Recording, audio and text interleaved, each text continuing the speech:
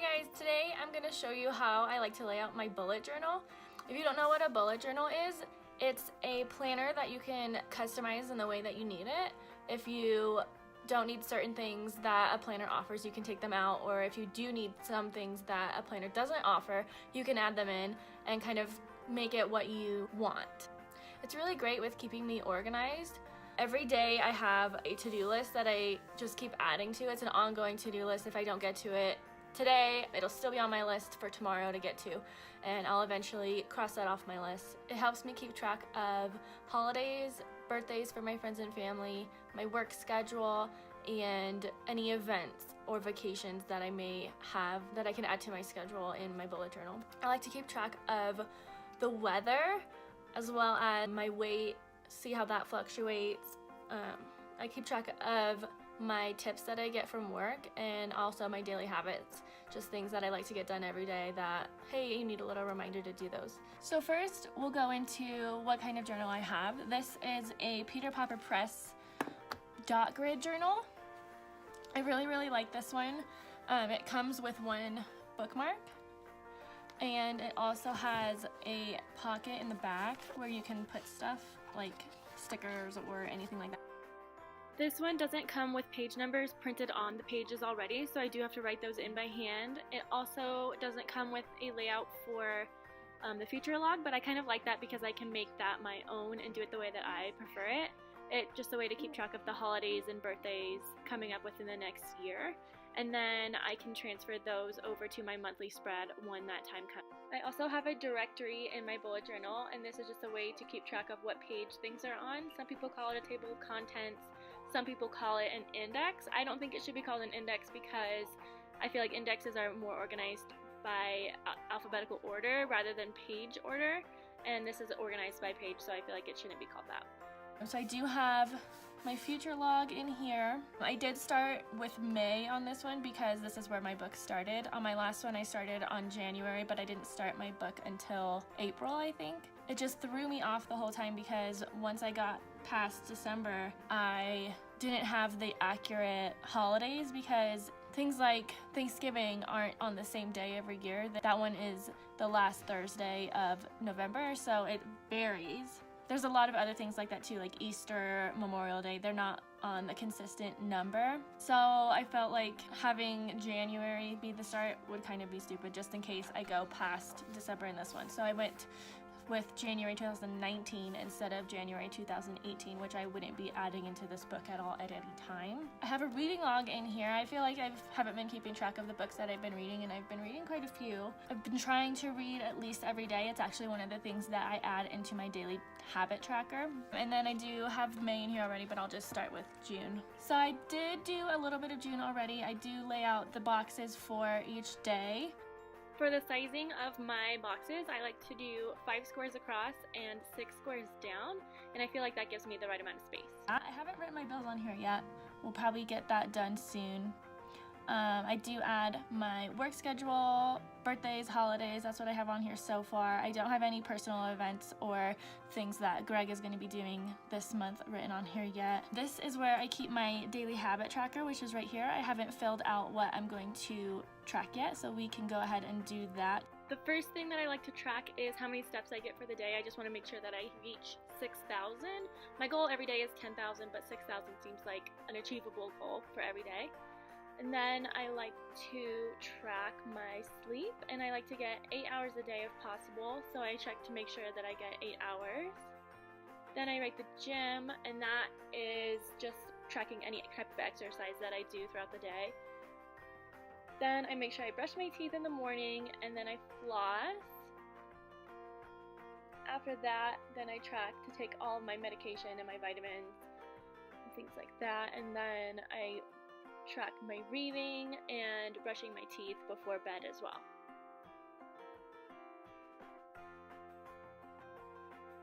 So that is that. I do like to break up this by the weekday, and then I have the number of the day and then the day of the week as well, so that way I know where things are lining up.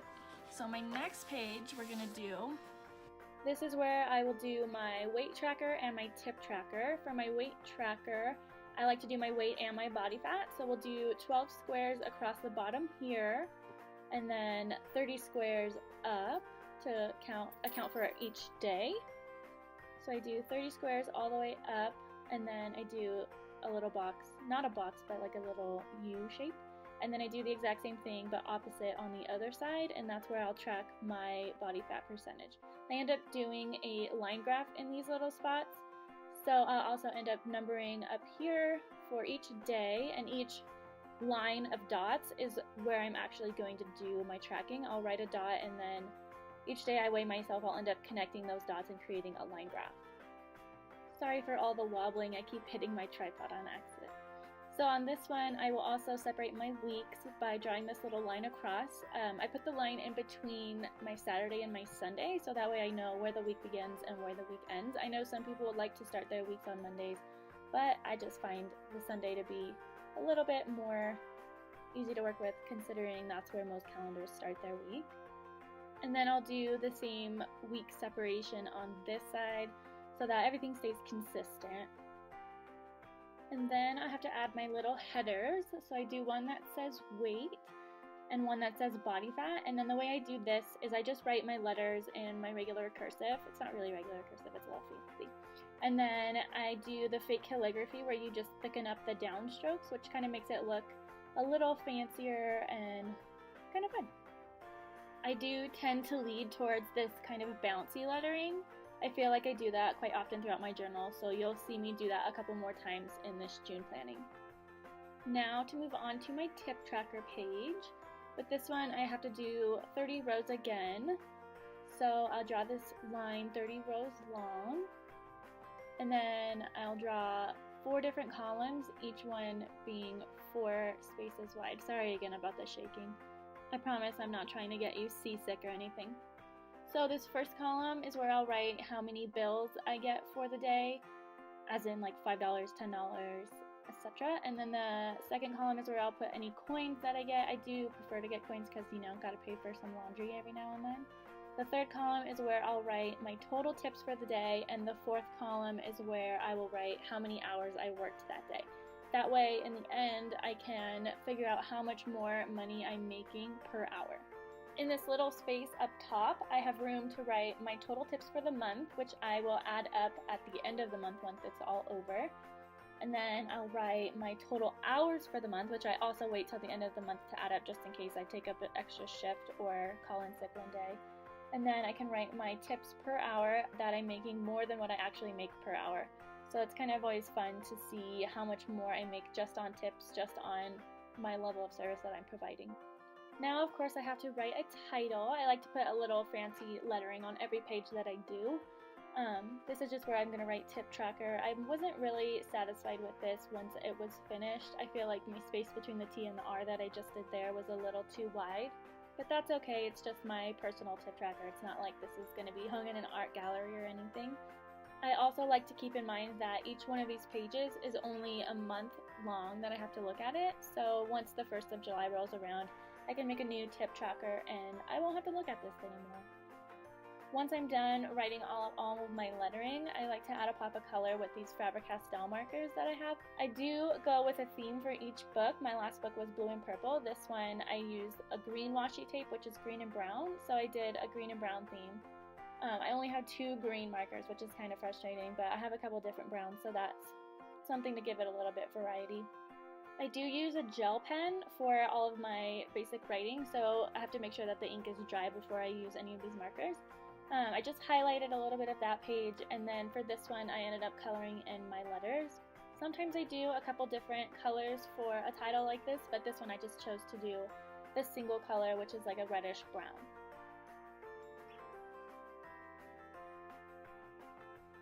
Then we can move on to my next page, which will be my spending log. This is where I keep track of all of my spending, including all my bills and my day-to-day spending as well. So in this first section, I'm going to start with all of my home-related bills, which includes my rent, my electric bill, and my internet bill.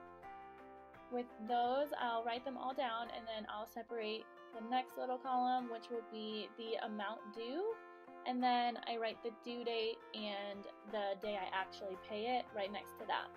Then I go in with my credit card bills, and I have two of those. I have my Chase card and I have my US Bank card, and I do the exact same thing that I did with my home related bills. I write enough space to have the amount due, the due date, and the payment date. And then my next little section is for my insurance, and I have my car insurance and my health insurance listed there. Over on this side of the page, I write my income. So I have to find out how many paychecks I'm going to be getting this month. Sometimes it's 2, sometimes it's 3. This month is going to be 2. And I'm going to get those paychecks on the 8th and the 22nd. So I like to make note of the dates that I'm expecting those so I don't have to flip back and forth. So I'll write paycheck for June 8th and paycheck for June 22nd. And then this last little line is where I'll write my tips, because that's also included in my income, obviously. I'll add that up at the end of the month and add that there. The only space I need to leave for my income is the total that I get paid. So I have that to the right, and then the next part is where I add up all of my different spending. This first section over to the left was called my home section, and then my next one was credit, and my third one was insurance. So I'll write those all over on this side as well, and then I'll add up their totals over here. As you can see, I made this section 4 spaces long, and that last space is going to be for all of my miscellaneous spending that I do throughout the month. I drew some little arrows along the bottom that just show that my spending is going on to the next page as well. It's just a little fun little doodle that I like to do on my spending page every month. Then this larger box is where I write my miscellaneous spending. It's just if I go get groceries, if I buy something on Amazon, essentially all of that stuff. I do 4 columns. The first one is where I purchased the items. The second line is what I purchased. The third is how much money I spent. And the fourth is what date I made that purchase. I do have quite a bit of miscellaneous spending throughout the month. I'm horrible at meal planning, so I end up going to the store quite frequently throughout the week. Since that is the case, I bring my miscellaneous spending log over to this next page as well, and I write it the exact same way. I did mess up on my spacing a little bit, but that's okay. Now I'll add some of my fancy lettering again. I just write June spending across the top. I like to start with the seam and then work backwards for the first word. It just works a little bit easier for me. And then I add in my little pops of color for my spending log. I like to stick with the green theme just because green is money and it just makes more sense to me that way. So I use both of the different greens that I have to add the little pops of color on this page. Do some highlighting on all my titles. Now I'll start my weather page. For my weather page, I usually do a colorful mandala. I start with writing my title, and I wrote June in a little cursive with the fake calligraphy, and then I wrote weather in the chunky block letters that I can fill in with some color.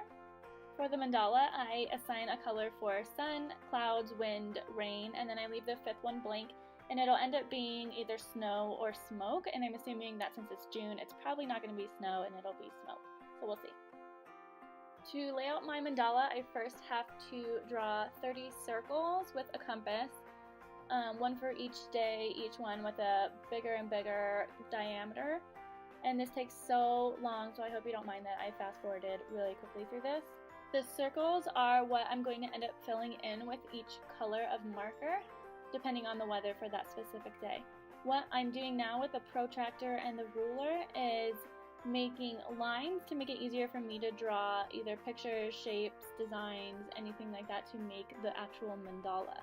I do them a little bit more spaced out in the beginning just because it gets a little tight in the center of the circle, and then I draw a few more lines along the outer edge of the circle just to make it so that the shapes and designs aren't so spread apart. These next 2 pages are used for my self-care trackers. I have a step tracker and a sleep tracker. This first one would be my step tracker.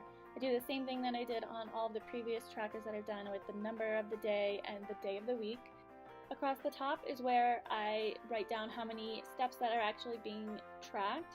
Each number represents 1,000, so 1,000, 2,000, 3,000, 4,000. And then I draw a little vertical line down from the 5 and the 10 just to keep it easier to keep track of. I did mess up my spacing on the word walking, so I added a couple footprints to make it fun. This next page is where I keep track of my sleep and how many hours that I'm getting throughout the night.